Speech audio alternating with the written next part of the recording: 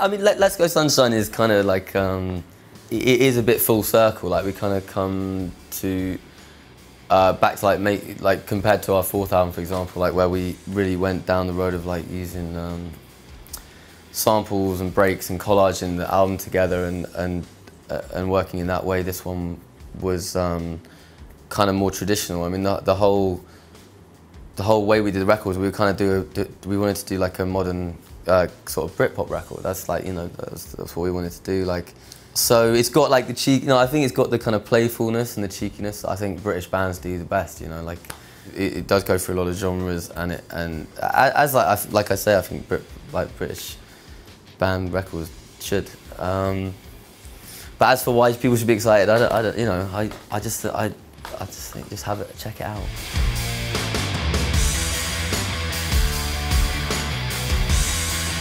Not at all. I don't think musicians have any responsibility to do it. I mean, I think as human beings, you have a responsibility to say, if you believe in certain things, like, for example, you believe that, you know, casual racism about immigrants is wrong, you should say that you think that. But I think in music, no, I mean, you know, part of the great thing about like Let's Go Sunshine actually is I think it's cool we're doing something that is pretty uplifting and positive and not shoegazing, and it is you know, a bit of trying to bring some positivity into the world in a small way. But you know, there's a few moments. I mean, I start the record with saying, you know, the lunatics are taking over, and it's quite, Kids is quite an angsty song, but Kids is more actually really about the generational war and being slave to the debt, and like, you know, and everyone in the city struggling. I touched upon that in Chicken Bone as well, and I think, you know, that.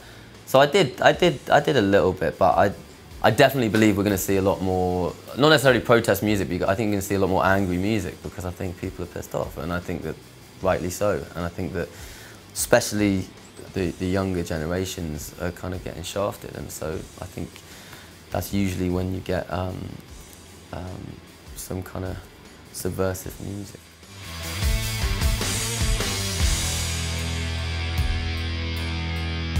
I like podcasts quite a lot. I'm quite into like conspiracy podcasts, but like not because I believe all of them, but they're just really funny. My favourite one, my ultimate podcast conspiracy thing is Flat Earth. It's just so jokes. It's so funny. I mean, but I love it because it is amazing, because there is a sort of almost weird sort of pseudo-philosophical level to it, because they'll go, how can you know? Have you been up into space and see that we're a globe? And you're going, well, obviously all the scientists, not like 90%, all scientists agree, right? That we're a globe and that we revolve around the sun, okay? but it's like, how do you know? And I'm like, well, how do we know that we're not in a simulation? You know, all these things.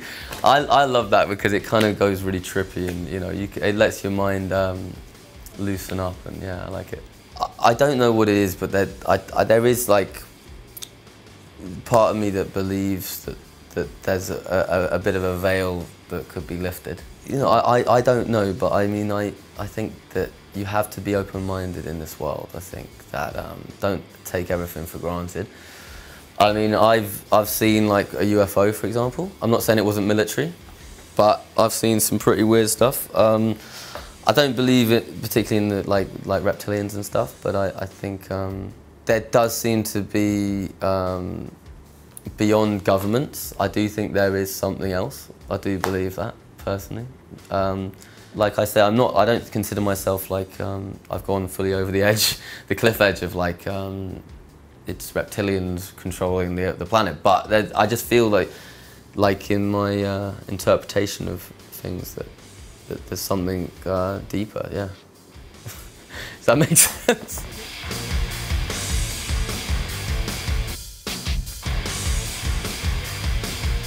Yeah.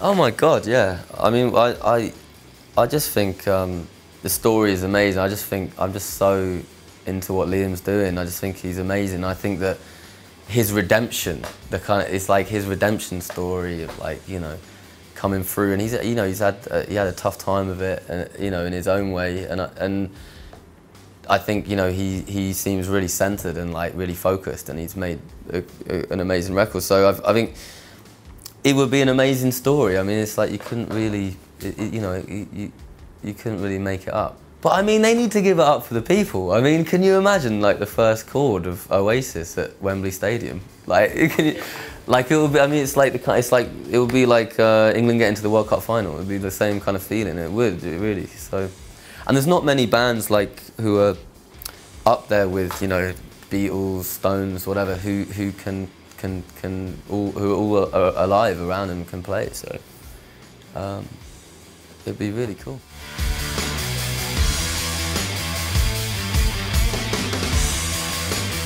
I mean, we'll keep making music as long as it's good. And I think that, or we deem it, that we think we have something to offer. I think genuinely, you know, one of my, you know, like the big things, I mean, even with this album, you know, we started some sessions that didn't feel right, and and not because the material wasn't great. I mean, I wasn't really happy with the songwriting particularly, but the sound was great and all that, but it did feel like we were going through the motions. And there's a difference, like when you go in the studio and you feel like we're just there just because we should make an album, because we're in this situation and there's like mouths to feed and all that kind of thing. I don't want to do that. I think there's just no way. I want, you know, you need, all of us are the same, you know, we have to feel inspired to go in. But yeah, in 5 years goes quick.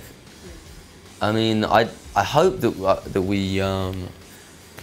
but in 5 years we've made another couple of albums. I really do.